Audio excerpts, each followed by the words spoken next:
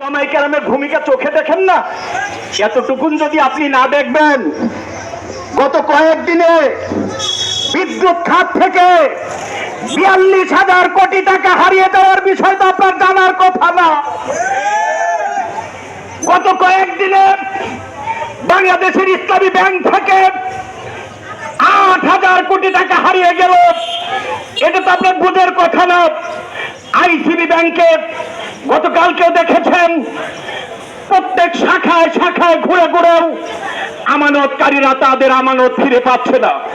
দুর্নীতি, দুঃশাসন, মানুষের অধিকার হরণ, জীবন মানুষকে মৃত্যুর মুখে ফেলে দিয়ে আপনারা যে নৃশংস খেলা শুরু করেছেন, অনতি বিলম্বে এই খেলা বন্ধ করুন।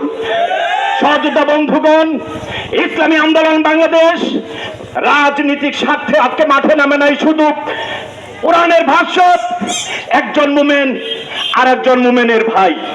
হাদিসের ভাষ্য, একজন মুসলিম আর একজন মুসলমানের ভাই।